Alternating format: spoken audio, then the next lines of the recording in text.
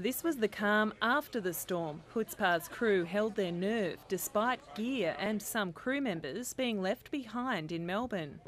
The weather gods got us in Melbourne last night on the plane. We've lost basically most of our gear bags.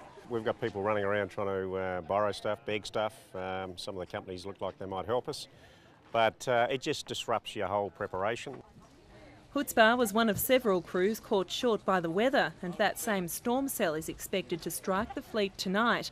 In the final weather briefing, crews were also told tonight's southerly could kick up gusts of 40 knots, with ex-tropical cyclone Fina generating an uncomfortable swell.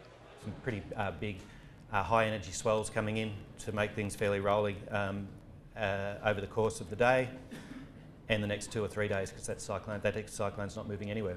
It's all a little bit more extreme than it was a few days ago. It's going to be windier tonight, and it's going to be trickier than there's a lot of potential things could happen off Tasmania. So it's a very difficult race. With rough conditions forecast, the pre-race decision-making centred around which sails to pack.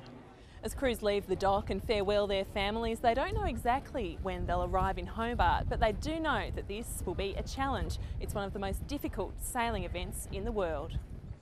Before pushing off, Wild Oats 11 had one final preparation. The ashes of ABC chopper pilot Gary Ticehurst are being scattered throughout the journey, a fitting farewell to the guardian angel who covered so many races. We'll be laying another wreath as we sprinkle a bit more scatter more of Gary's ashes. So I'll jump in a chopper and do that as well, and another wreath towards the end of the race. Around the harbour, tens of thousands of people farewelled the fleet and made the most of Boxing Day. It's lovely, and it's a great place to sit and watch the boats, so a great way to end the year.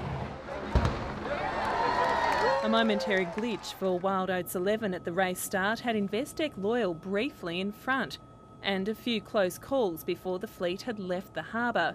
Out of the heads, the Spinnakers were up, with the fleet keen to make the most of a northeasterly breeze before the southerly change. Amy Bainbridge, ABC News, Sydney.